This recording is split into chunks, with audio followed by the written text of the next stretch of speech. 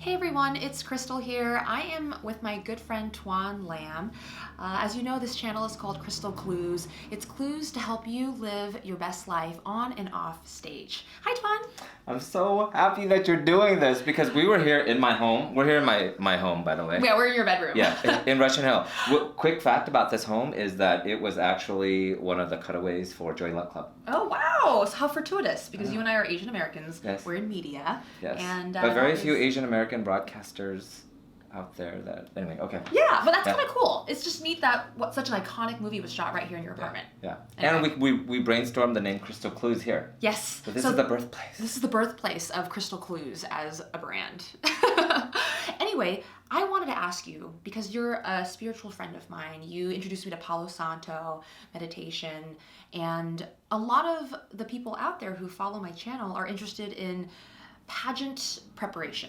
Now, a big part of pageants is all about getting your head game in the right place, getting yourself mentally and emotionally ready for a pressure cooker situation like a pageant where all eyes are going to be on you and it can be a little overwhelming. So I wanted to ask you, what are some of your tips for creating and maintaining a bit of a spiritual firewall, so to speak? Well, I don't know much about the pageant world because obviously, you know. You do. No. Life's the pageant, right? It is, Streets right? your runway. Yes, and it's your show. But really, I think that what a lot of you guys practice is so much of at least when you're on stage, is the exercise, getting fit outside, making sure your hair, makeup, outfit looks legit. But what about inner size? How many of you guys actually do the work inside? There's a lot of inner work is what I'm hearing. Yes. It's not just working out, getting the clothes, going to your hair appointments, your nail appointments, your tanning appointments. Yeah. There's some inner work, some homework for your soul. Yes, and I think that, there's so many conversations. I call you my soul and style sister because we can talk about anything from fashion to shoes or whatever, but then we can also go deep. Hey, sister. But you could put that song in there. Oh, it's going in. But yeah, I just feel like it's so important that you do the work inside because beauty, is, I feel like the why for me, I feel like we all have a message in life. And when you're up there on stage, you have a message, right? Mm-hmm. And so for Marie Kondo, for those of you guys that, if you don't know Marie Kondo, you need to not be under a rock. I know, right? But get on that Netflix, right? girl. Basically. So when she, speaking of Netflix, the first time I watched it, she's on the couch, and if you don't know who she is, and she doesn't speak English really well, but she conveys her message so much better than so many of the people in our audience that are maybe English speakers, right? But she says, "Hello, I'm Marie Kondo, and my mission is to help you spark joy through tidying." And so for me, I feel like my mission is to help people find that beauty, not only surrounding them, but what's inside and skin deep. And so I know that we were talking the other day about this whole concept of spiritual firewall. Mm-hmm. And what did you learn? Tell me what you learned. Well, I learned that there's a lot of energy in life. And yes. All of your emotions and all of your success and how you feel about your life all comes down to energy. Yes. And I actually thought that this would be great for this YouTube channel to bring you on, because talking about building a spiritual firewall, I think the most successful contestants and the most successful winners are the ones who have this ability to block out negative energy. When you are going into a pageant, you have contestants who are after you. You want you have people who want to beat you. You have coaches who are hoping you don't do well. The coaches. Well, I meant coaches of other contestants, okay, right? Got it. Okay. And it's just a place where you're being judged. So there's a lot of potentially negative energy.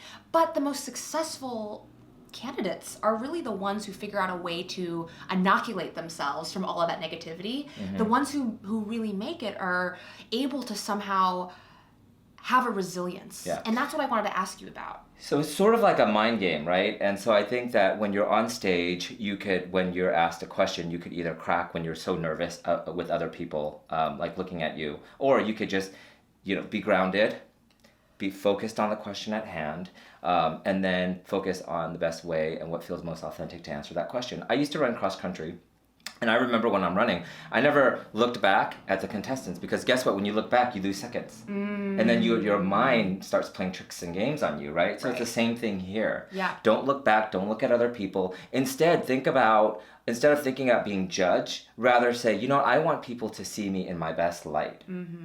And see who I authentically am. Yeah, and don't absolutely. spend any energy worrying about anything that doesn't serve that core purpose. And think about it, there's so many other young girls out there watching you, right? So you're essentially a role model for them. So think of it as a way of, hey, I'm here and I'm here to serve you. Right, I'm here to show you that I could be, of course everybody on stage is, aesthetically looks good based on how you're selected, but what is it that you have to share? What is that mission? What is that thing that you have to share with others? And it's okay if other people, when they talk mess about you behind your back on YouTube or whatever, it's really important to put up, think of it as a force field around you.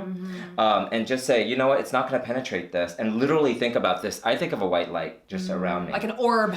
Yeah. An orb of energy where nothing can come in that doesn't serve you. So I used to be a TV reporter, and I worked myself all the way up here, worked really hard, came all the way to San Francisco, and I also co-hosted a show on PBS. If I was sitting there worried about when I go on my live shot, or what what are they going to think about me, or millions of people sitting there judging me, then I'm not going to do the best that I can. But instead, if I say, here, I'm offering you information or life lessons like we're doing now that's really going to serve you, doesn't it shift your energy? It does. Yeah. It absolutely does. And what I'm hearing is, instead of taking energy and worrying about what other people are doing, you take that bandwidth, you take those calories, you take that mental energy, and you instead focus on running your own race. Yes. You don't look back, you don't look sideways, you look forward, and you look in within. And you focus on the goal and the message at hand. And really, there's only one you, boo.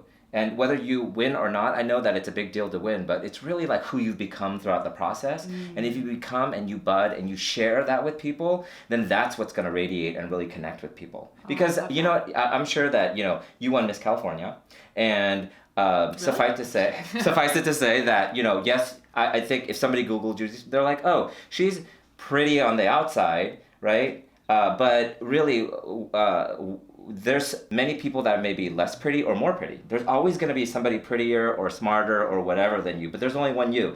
If you look at even twins, they have their fingerprint is totally different. So there's only one you, boo. So you do you, and you do that the best to your ability. And if the people, I told my young niece and nephew this, that if anybody talks mess about you behind your back, why should you care? Because you don't know them. Why give them that power? You cannot make them think whatever you want about you, but what you can do is react. You have control of how you react to it. Right. And on the flip side, if you are really well known and people love you, but they don't know you, you kind of need to have some humility, because they actually don't know you. They might love you, but they actually don't know you. So it goes both ways. I study a lot of people that are just very charismatic. There's, whether you like him or not, like Bill Clinton or Obama or Oprah or whatever, and what do they have in common? They have that charisma, right? That is uniquely theirs. Yeah, that is uniquely theirs. And it also comes from humility. I seen them in B-roll or in interviews, situations, or other places or people that know them, that I don't know them, but people that do know them, I know friends that know them. It's like, they're always like, hi, I'm Bill. Hi, I'm Oprah. No matter how big, 2 feet on the ground, and stay focused. And another point I wanted to make was, whenever somebody says anything bad about you, it's never about you. It's about them. Right. Whenever they say anything mean, it's usually a reflection of themselves. So don't take it personally and don't give them that power. Yes. I love what you said, Toan, about remembering, if you're watching this and you're competing in a pageant, you are a role model. Yes. There are young people in the audience who are watching you, who want to emulate you. You inspire others already just by being there. So remember to focus your own energy on yourself. Erect that amazing spiritual firewall where nothing negative can come in. Remember, your energy is best spent improving yourself. So be selfish. Thank you, Toan. Thank you for having me. Appreciate it. Yay.